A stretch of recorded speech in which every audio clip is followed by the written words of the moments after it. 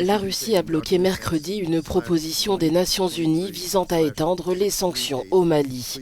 Le texte prévoyait de prolonger d'1 an les sanctions mises en place en 2017 contre toute personne considérée comme menaçant l'accord de paix de 2015 et le mandat du comité d'experts chargé de les surveiller.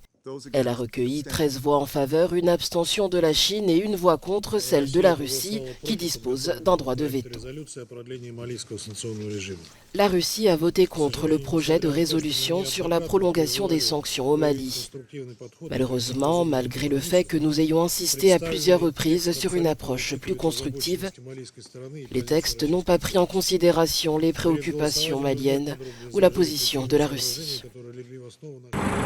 La Russie était d'accord pour prolonger les sanctions, mais seulement pour la dernière fois, et voulait dissoudre le comité d'experts dont elle contexte avec Bamako l'objectivité.